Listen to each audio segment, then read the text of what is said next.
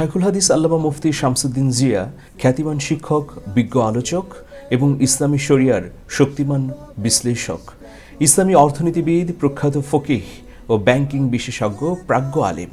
আধুনিক ব্যাংকিং সেবাকে ইসলামীকরণে তার অবদান সবিশেষ উল্লেখযোগ্য।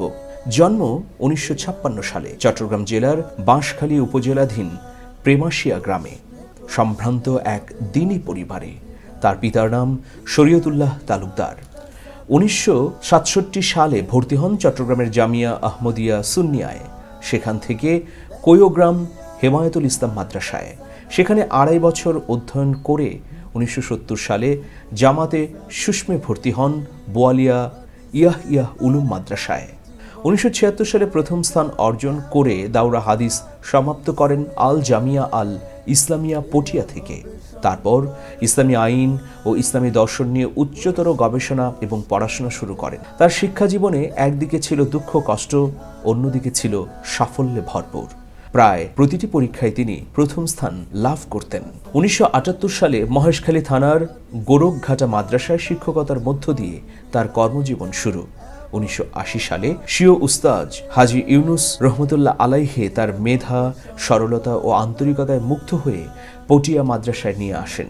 কিছুদিনের মধ্যেই উচ্চতর ইসলামী আইন গবেষণা বিভাগের প্রধান হিসেবে পদোন্নতি পান। একাধারে ৪৩ বছর ধরে বিদগ্ধ এই আলেম উক্ত দায়িত্ব যোগ্যতা ও দক্ষতার সাথে পালন করে যাচ্ছেন। নিয়মানুবর্তী হয়ে নিজেকে পরিচালনা, হরদম লেখাপড়ার ব্যস্ততা তার জীবনের ভূষণ। বহুগুণে গুণান্বিত এ জ্ঞান সাধক জ্ঞানী পূর্বপুরুষদের সফল ও সার্থক প্রতিবিম্ব। শৈশবকাল থেকে ইসলামের জন্য তার একনিষ্ঠতা ও আধ্যাত্মিকতা ছিল লক্ষণীয়। স্বীয় উস্তাজ অলিকুল শিরোমণি শাহ আলী আহমদ বেয়ালভি রহমতুল্লাহ আলাইহে এর আধ্যাত্মিকতার পরশে প্রতিপালিত হন।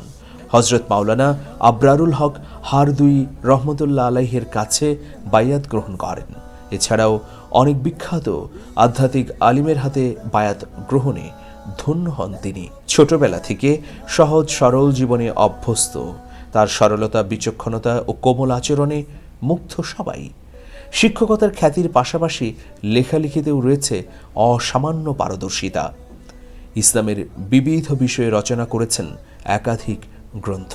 শাইখুল হাদিস আল্লামা মুফতি শামসুদ্দিন জিয়া দীর্ঘজীবী হন, এমনই কামনা এবং দোয়া আমাদের। আমিন। দেখো বিয়ার বিহার দাসানা।